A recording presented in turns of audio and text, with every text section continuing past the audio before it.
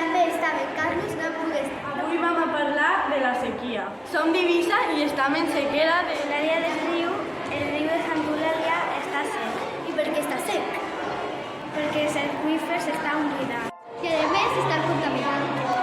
Les dutxes de les platges ja no funcionen Perquè és una mesura que està dient aigua. igual que passa a la dutxa de les platges. Que estan tancades.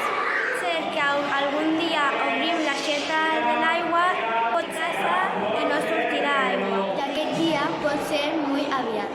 Hem d'estar preparats perquè ve una època molt dura d'extinció.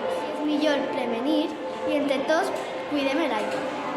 Realment la situació és alarmant i per això fem aquest vídeo perquè les persones cuiden l'aigua.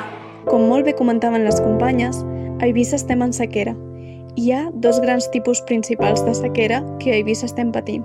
La sequera meteorològica, que plou molt menys del que plovia en el clima que tenim aquí a Eivissa, Mediterrani, i la sequera hidrològica, és a dir, que hi ha poca disponibilitat d'aigua a la superfície i de forma subterrània durant un temps perllongat, com passa amb els rius, amb els embassaments. És a dir, la disponibilitat d'aigua és molt menor.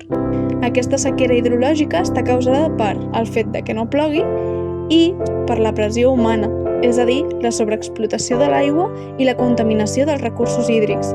I això té com a conseqüències la falta de subministraments d'aigua potable, l'afectació en l'agricultura, en els ecosistemes, entre moltes altres conseqüències que ens estan afectant.